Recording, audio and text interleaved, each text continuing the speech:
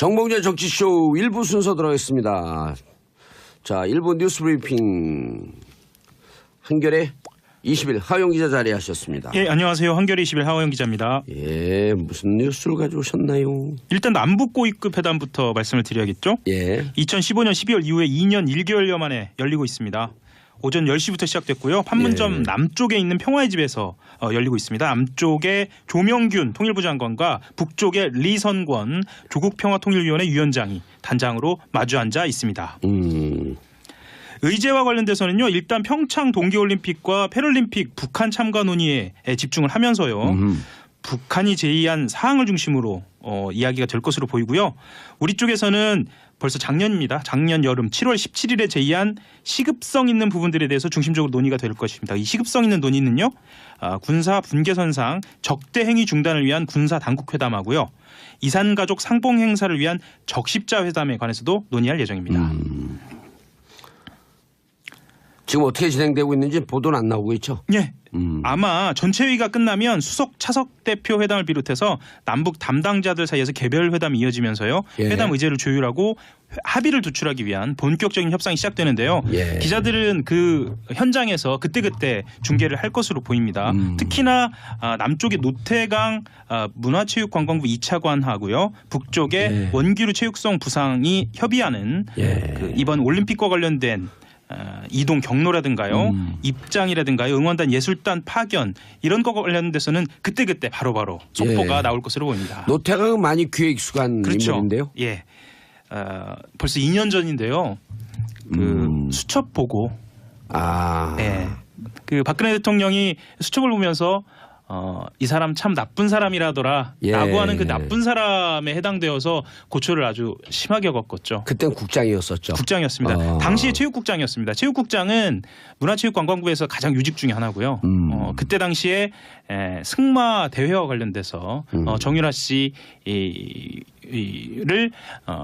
와 관련된 수사가 이루어졌고 그것이 부당하다라고 얘기가 나와가지고 내부적인 조사가 이루어지는 과정에서 이제 박근혜 대통령의 미움을 산 거죠. 공정하게 하려고 하다가 미움을 산 겁니다. 예, 공정하게 하려고. 정유라를 어떻게 하려고 했던 거죠? 그때 또 하도 오래 잡고 잊어먹었어요. 간단하게 설명을 좀 드리면은요. 당시에 정유라 씨가 본인이 의도하는 본인이 요구하는 그러니까 최순실 씨가 요구하는 성적이 나오지 않았어요. 나오지 않아서 아니 보통 체육대회나 대회에서 성적이 나오지 않으면 심판들의 무슨 기구라든가 이런 걸 통해서 항의를 하잖아요. 그게 아니라 당시에 상주경찰서에서 수사를 내사를 한 겁니다.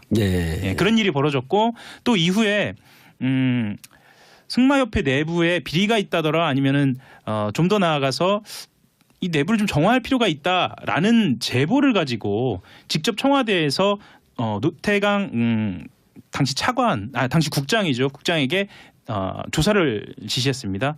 그런데 노태강 국장이 당시에 조사를 진행하면서 이것은 한쪽 그러니까 정유라 씨가 쪽에서 최순실 씨 쪽에서 주장하는 한쪽의 문제가 아니라 양쪽의 문제다라고 공정하게 보고를 한 거죠.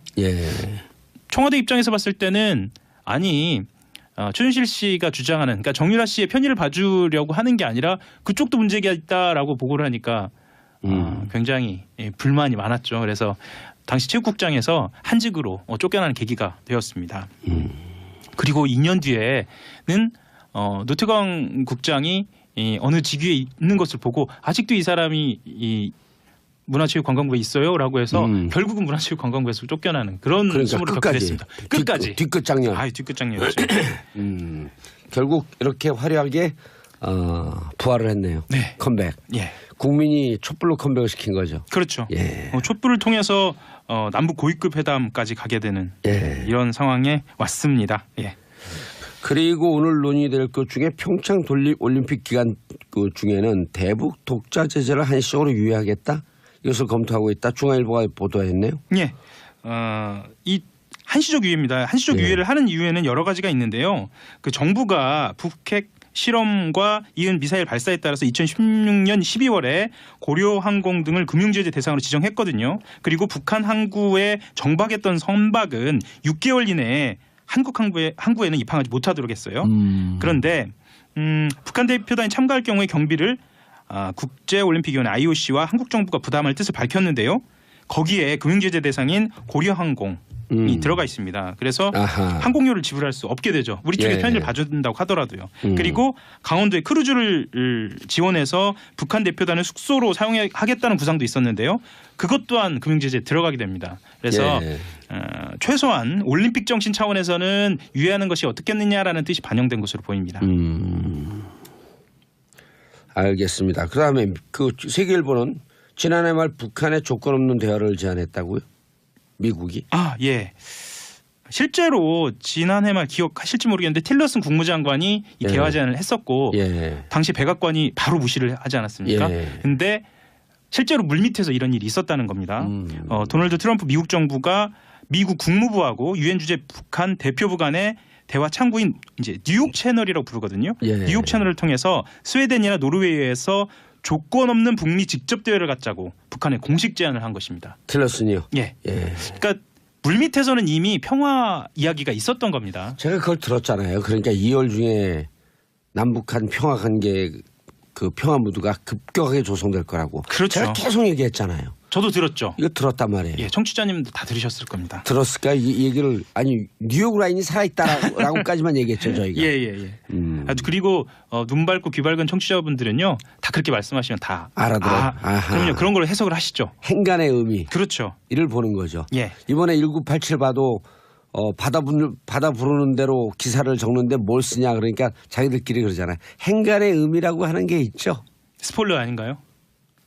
영화요? 예. 아니에요. 볼 사람들 다 봤어요. 그리고 이제 한 435만 넘었기, 450만 넘었기 때문에 2배 더 봐야 돼요. 그렇죠. 이런 얘기 들으면 가서 보죠. 그렇죠. 왜냐하면 이거 정도의 스포일러 갖고는 영화의 재미가 반감되지 않거든요. 예. 알겠습니다. 또요. 미국 얘기를 조금 더 드리면은요. 예. 미국은 북한이 핵 미사일 도발을 중단한 상태에서 미국과의 대화 의사를 공개적으로 천명하면 이를 대화의 조건으로 충족된 것으로 간주한다고 했거든요. 예. 보자면 신년사에서 사실상 핵 미사일 도발을 중단한 것으로 그것 또한 행간을 읽을 수 있지 않습니까? 어쨌든 올림픽 기간에는 평화를 어떤 평화 분위기를 구조적으로 만들겠다는 것이니까요. 핵 전력의 완성을 선언했잖아요. 그렇죠. 근데 예. 완성했는데 뭐 또 실험을 해요. 그렇습니다. 예. 이거를 말하자면 기계적 일정표는 끝났다. 그러니까 과학적인 일정표는 끝났고 정치적 일정표만 남았다 이렇게 표현한 건도 있습니다. 예, 이종석 전 통일부 장관이 이런 이야기를 했는데요. 저는 이것이 정답이 아닐까라는 생각도 좀 합니다. 기계적 일정표는 끝났다. 기계적으로는 더 이상 이제 기술적으로는 더 이상 할 필요 없고 다만 미국과의 대화를 위한 레버리지 지렛대로서 한두 차례 쓸 수는 있을지 몰라도 그렇죠. 정치적 일정표라는 건 상대를 봐가면서 한다는 거죠. 상대가 어떻게 나오냐에 따라서. 그리고 굳이 그것이 필요 없다고 한다면 쏠 이유도 없겠다. 그렇죠. 예, 그렇습니다. 알겠습니다. 북한 대표단은 금강산 육로 이용을 결정했다. 는 얘기도 있고요. 일단 알려진 얘기여서 이것은 오늘 회의를 통해서 결정이 될 것으로 봅니다. 육로는 여러 가지 의미가 있는데요. 그 금강산 쪽, 원산 쪽을 통해서 들어오는 겁니다. 그러니까 금강산 고속도로를 통해서 들어오는 건데요. 남북 군사 분계선을 육로로 넘어오는 거고요. 이게 합의가 되면 2015년 10월에 실제로 넘나든 적이 있습니다. 이후에 2년 3개월 만에 육로 왕래가 이루어지는 거고요. 말씀드렸지만 원산 얘기를 왜 드렸냐면요. 북한 같은 경우에는 평창과 북한 마식령 스키장을 연계한 원산 투자를 유치하는 전략도 있다라는 시선도 있습니다. 그리고 이번 회담에 금강산 개최 이산가족 상봉을 논의하는 것과도 이 육로로 가겠다. 와라라고 하는 것은 연계되어 있는 것으로 알려져 있습니다. 예, 알겠습니다. 자, 다음 뉴스요. 칼둔 얘기를 해야 할 것 같습니다. 그 아랍에미리트의 왕세제의 최측근인 칼둔 아부다비 청장이 어제 왔습니다. 일거수일투족이 다 관심입니다. 왜냐하면 UAE와 관련돼서 이 협정이 도대체 뭐가 있느냐, 그리고 누구를 만나느냐에 따라서 어떻게 해석될 수 있느냐가 결정이 되기 때문입니다. 일단 SBS 단독 보도가 어제 나왔죠. SBS 단독 보도가 나왔는데 극비 양해각서 내용 일부가 전해진 겁니다. 과거 정권이 원전 수주 대가로 맺은 비밀 협정 양해각서 안에 유사시 군사적 지원이라는 조항이 들어가 있다라는 겁니다. 유사시 군사적 지원이다라고 얘기하니까 말이 뭐랄까요? 그냥 건조해 보이는데요. 일이 터지면 개입될 수 있다는 겁니다. 어허. 2009년 12월 아랍에미리트 원전을 수주한 이명박 정부가 이듬해 4월부터 10월까지 군사 분야 양해각서 3건하고 약정 1건 총 4건을 합의했는데 그 안에 들어가 있다는 겁니다. 지원 전력이나 기간, 방식 같은 구체적인 언급이 아니라 군사적 지원이라는 포괄적인 문구가 삽입된 것으로 알려져 있는데요. 이 포괄적이라는 게 더 문제입니다. 왜냐하면 이 포괄적인 문구가 삽입된 것으로 봤을 때 이것은 해석의 여지가 있거든요. 예. 그래서 유사시 군사적 지원을 하려면 파병이 불가피하고 이 파병에는 국회 동의가 필요한데도 이것을 왜 포괄적으로 하고 비밀로 했을까라는 지점에 대해서는 이건 분명히 좀 지적하고 또 공개가 되어야 할 것으로 봅니다. 국가를 절단내도 이제 꼼수로 절단냈네. 그렇죠. 이거 꼼수 아니에요? 이건 꼼수죠. 왜 이런 국가 간 중요한 군사적 협력 협약 관계를 비밀리 하냐고요? 최소한 내 공개 정도는 했어야 하거든요. 예를 들면 정보위에다가 그렇죠. 보고를 해야죠.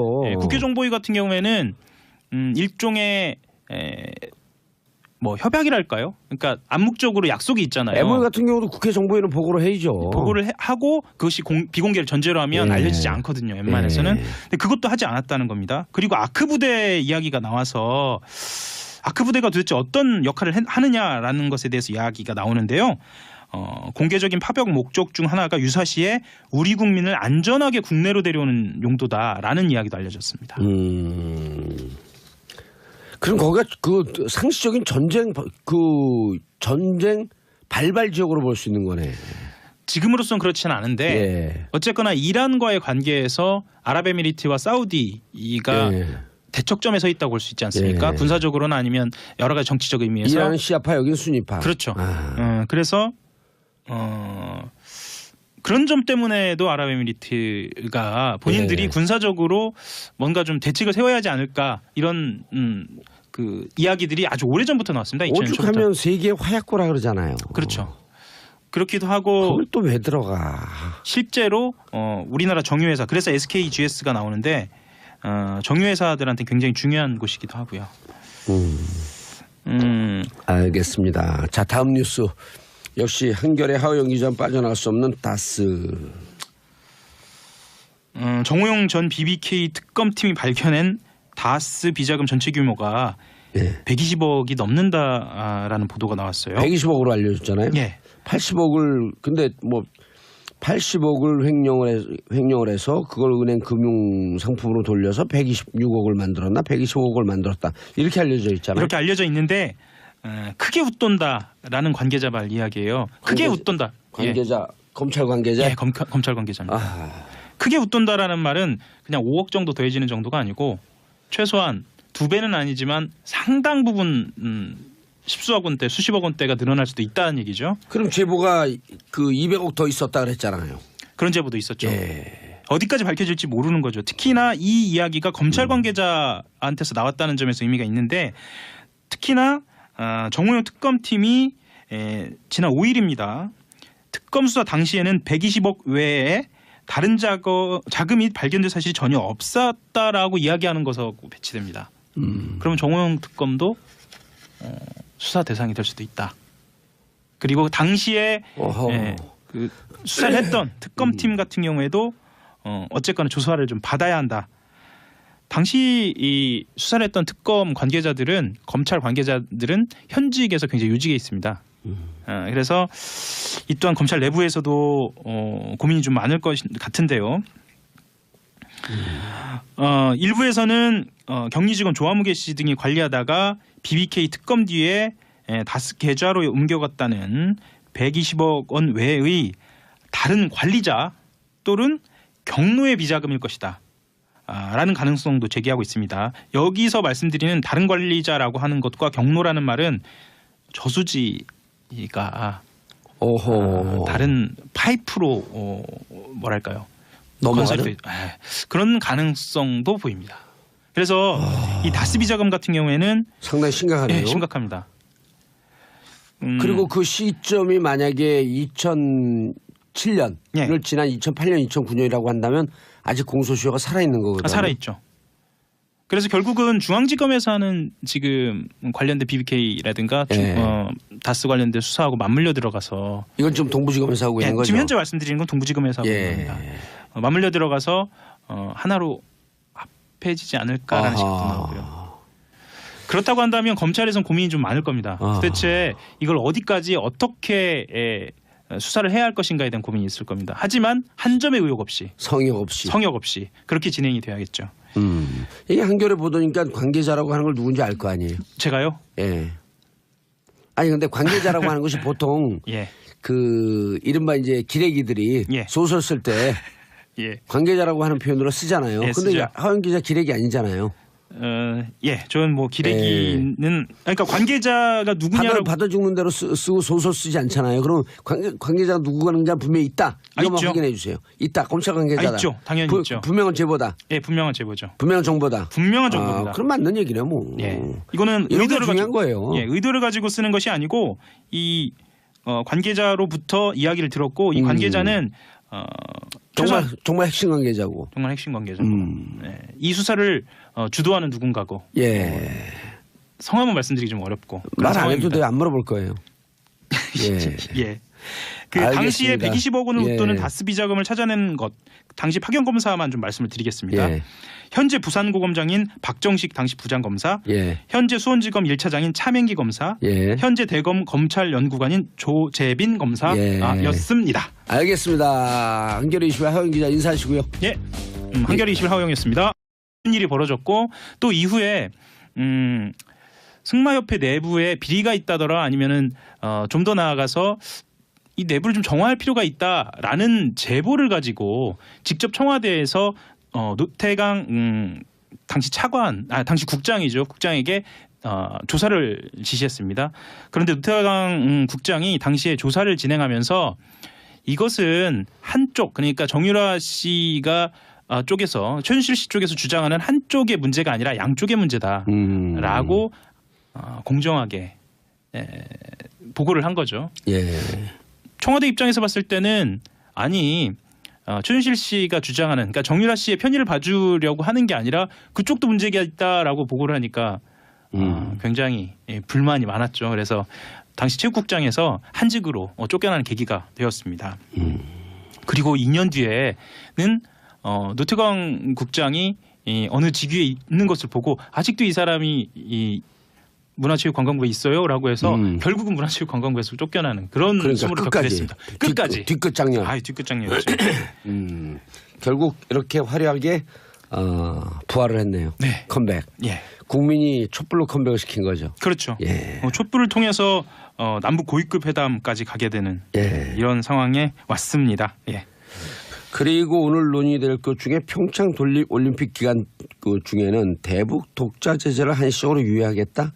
이것을 검토하고 있다. 중앙일보가 보도했네요. 이 한시적 유예입니다. 한시적 유예를 하는 이유에는 여러 가지가 있는데요.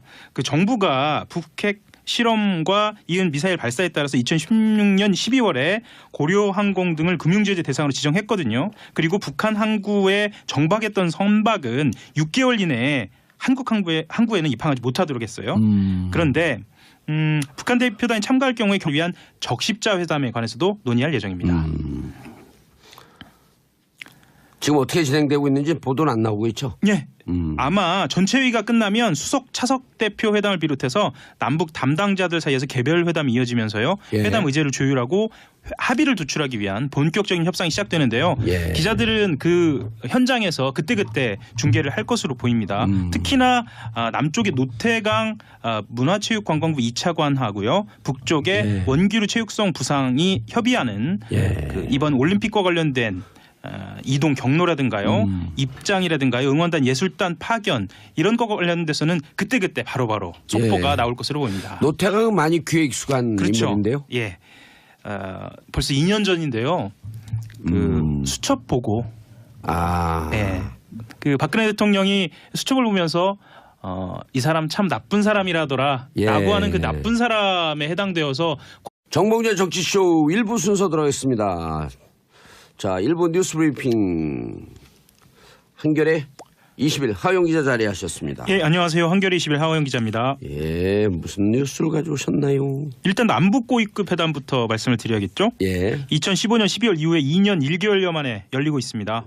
오전 10시부터 시작됐고요. 판문점 남쪽에 있는 평화의 집에서 열리고 있습니다. 남쪽에 조명균 통일부 장관과 북쪽에 리선권 조국평화통일위원회 위원장이 단장으로 마주 앉아 있습니다. 의제와 관련돼서는요. 일단 평창 동계올림픽과 패럴림픽 북한 참가 논의에 집중을 하면서요. 북한이 제의한 사항을 중심으로 이야기가 될 것으로 보이고요. 우리 쪽에서는 벌써 작년입니다. 작년 여름 7월 17일에 제의한 시급성 있는 부분들에 대해서 중심적으로 논의가 될 것입니다. 이 시급성 있는 논의는요. 군사 분계선상 적대 행위 중단을 위한 군사 당국회담하고요. 이산가족 상봉 행사를 고초를 아주 심하게 겪었죠. 그땐 국장이었었죠. 국장이었습니다. 당시에 체육국장이었습니다. 체육국장은 문화체육관광부에서 가장 요직 중에 하나고요. 그때 당시에 승마 대회와 관련돼서 정유라 씨를 와 관련된 수사가 이루어졌고 그것이 부당하다라고 얘기가 나와가지고 내부적인 조사가 이루어지는 과정에서 이제 박근혜 대통령이 미움을 산 거죠. 예. 공정하게 하려고 하다가 미움을 산 겁니다. 예, 공정하게 하려고. 예. 정유라를 어떻게 하려고 했던 거죠? 그때 또 하도 오래 자꾸 잊어먹었어요. 간단하게 설명을 좀 드리면은요. 당시에 정유라 씨가 본인이 의도하는 본인이 요구하는 그러니까 최순실 씨가 요구하는 성적이 나오지 않았어요. 네, 나오지 않아서 아니 보통 체육대회나 대회에서 성적이 나오지 않으면 심판들의 무슨 기구라든가 이런 걸 통해서 항의를 하잖아요. 그게 아니라 당시에 상주경찰서에서 수사를 내사를 한 겁니다. 예.